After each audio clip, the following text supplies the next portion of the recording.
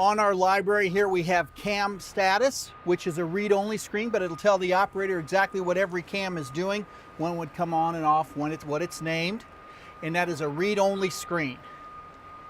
So let's go into die monitoring. Die monitoring for die protection, that could be a very important item for someone to set up because a lot of tools are really expensive. So Jack here, he's setting up his first die protection circuit. So something I want to mention also is with our whole family of iPress controls, you get 50% overcapacity on the system. So you've got 12 nameable die cams, you've got 16 die protection circuits, but let's say for instance you've got a very specific set of dies and you might need, who knows, 24, 32 or more die protection circuits. The system can be expanded to accommodate those types of things.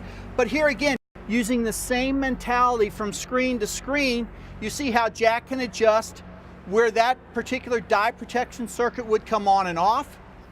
He can set it by either moving it up and down, or he can enter it with the pad he just did with the keypad. We can make it the mode contact or cyclic. We can make it normally open, normally closed.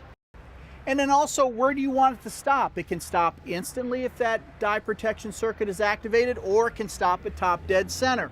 So everything is here at the operator's fingertips to set up his different die protection circuits.